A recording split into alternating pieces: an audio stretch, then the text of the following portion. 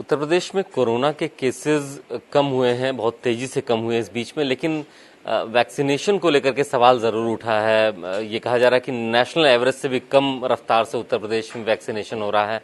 आबादी के लिहाज से जो जितना वैक्सीन लगना चाहिए वो नहीं लग रहा है। खुद स्वास्थ्य मंत्री हमारे साथ हैं।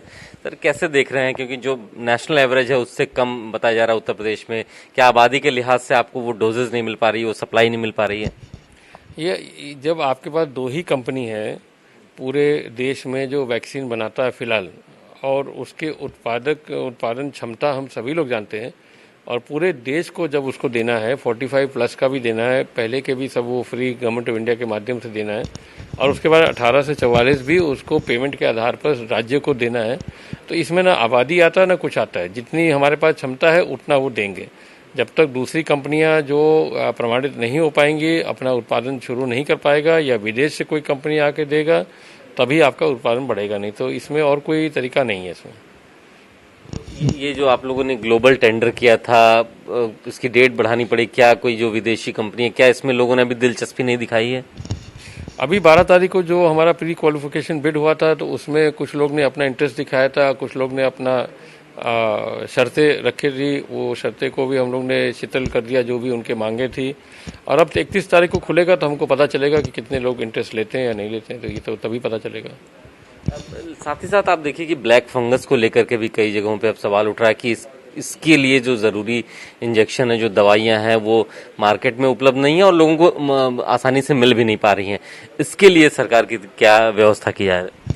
देखिए, ब्लैक फंगस वाला जो दवाई है, जो इंजेक्शन है, एम्फो जिसको आप कहते हैं, ये तो पहले ही केंद्र सरकार ने समय के साथ ही सभी कंपनियों को बुला के उनके उत्पादन को अपने कंट्रोल में कर लिया, और वहीं से वो उसका निस्तारण, उसका वितरण भी वहीं से कर रहे हैं, हर एक राज्य को उसके मरीजों की संख्या के आधार पर देखते हुए।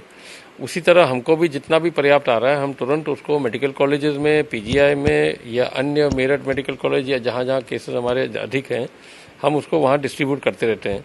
तो डेली हमारा डिस्ट्रीब्यूशन होता है। आज के दिन हमारे पास 2000 से ऊपर हमने डिस्ट्रीब्यूट किया है। पेशेंट की संख्या को देखते हुए पर्याप्त मात्रा में है। और बाकी हमने अलग से हर एक मंडल में, जहाँ मंडल प्रभावित हैं, उन मंडलों में हमने कमिश्नर को और एडी हेल्थ को वो उसके लिए हमने वो कर दिया, आदेश कर दिया है कि उनके माध्यम से प्राइवेट हॉस्पिटल से जो निकल के आएंगे उनका वेरिफिकेशन करना। जैसे हमने पिछले रेमडेसिविर में भी यही कहा था कि पहले प्राइवेट हॉस्पिटल अपना वेरीफाई कराएंगे, उनके आप पेशेंट कितने दिन से है, किस तरह का लाइन ऑफ ट्रीटमेंट चल रहा है, तब उनको हम उसको वो जो दवाई है वो उपलब्ध करवा देंगे।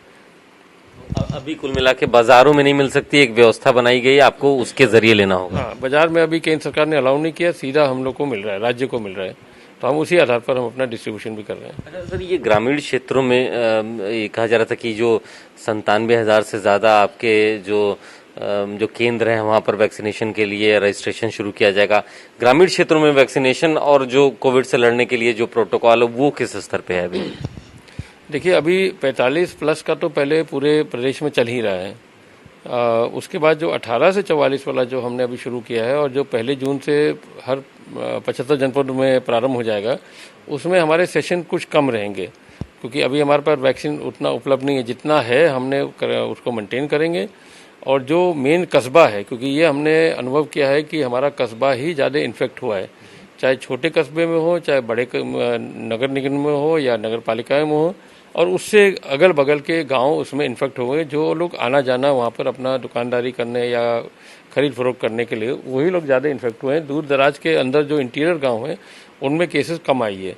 तो उसके आधार पर हम कस्बों में ही सेशन बनाएंगे और वहीं से हम वैक्सीनेशन का कराना शुरू करेंगे। अच्छा सर, ये देखा गया कि नदियों के किनारे बड़े पैमाने पर लोगों ने शवों का अंतिम संस्कार कर दिया, बालू में दफन कर दिया, मिट्टी में दफन कर दिया। इसको लेकर के बड़ा क्रिटिसाइज किया जा रहा है कि एक व्यवस्था होनी चाहिए थी, क्योंकि इस तरह भी महामारी फैल सकती है। और अब तो यह है कि वहाँ पे जो लाशें थी वो उखड़ गई हैं, कुत्ते नोच रहे हैं उसको। नहीं, ये तो 10-15 दिन पहले ये समाचार पत्रों से या मीडिया के माध्यम से ये हम लोग को बताया गया था, और उसी समय मुख्यमंत्री जी ने कड़े निर्देश भी दिए थे। एसडीआरएफ के टीम जो आपके बोट के माध्यम से हर घाट के किनारे उनका वो पेट्रोलिंग करा जा रहा था। पुलिस के माध्यम से और प्रशासन के माध्यम से अगल बगल के गांव को सूचित किया गया था।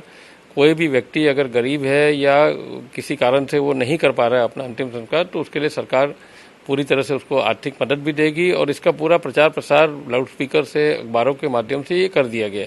तो तब से लेके अभी तक इस तरह की बात नहीं आई है। लगातार उसमें पेट्रोलिंग प्रधान के माध्यम से, प्रशासन के माध्यम से, पुलिस के माध्यम से सबको समझाया गया है कि किसी भी हालत में आप कहीं भी न जल प्रवाह करेंगे, न आप जमीन में उसको दफनाएंगे। आपको जो भी अंतिम संस्कार करना है उसके लिए सरकार आपका पूरा सहयोग करेंगे। अगर आप गरीब हैं, नहीं कर पा रहे हैं, आपके पास संसाधन की कमी है, तो सरकार उसका पूरा मदद करेंगे। इसका पूरा प्रचार प्रसार सब हो चुका है। तो कुल मिलाकर के व्यवस्थाएं पहले के मुकाबले तो सुधरी हैं, इसमें कोई दो राय नहीं है, लेकिन जो रफ्तार होनी चाहिए वैक्सीनेशन की, उसको लेकर के सवाल उठा है। हालांकि ये भी कहा जा रहा है कि वैक्सीन की उपलब्धता ही नहीं है। तो ऐसे में कोरोना की तीसरी वेव, संभावित तीसरी वेव को देखते हुए रफ्तार को थोड़ी और तेज करना होगा। कैमरामैन दिलीप के साथ अभिषेक पांडे, भारत समाचार, लखनऊ।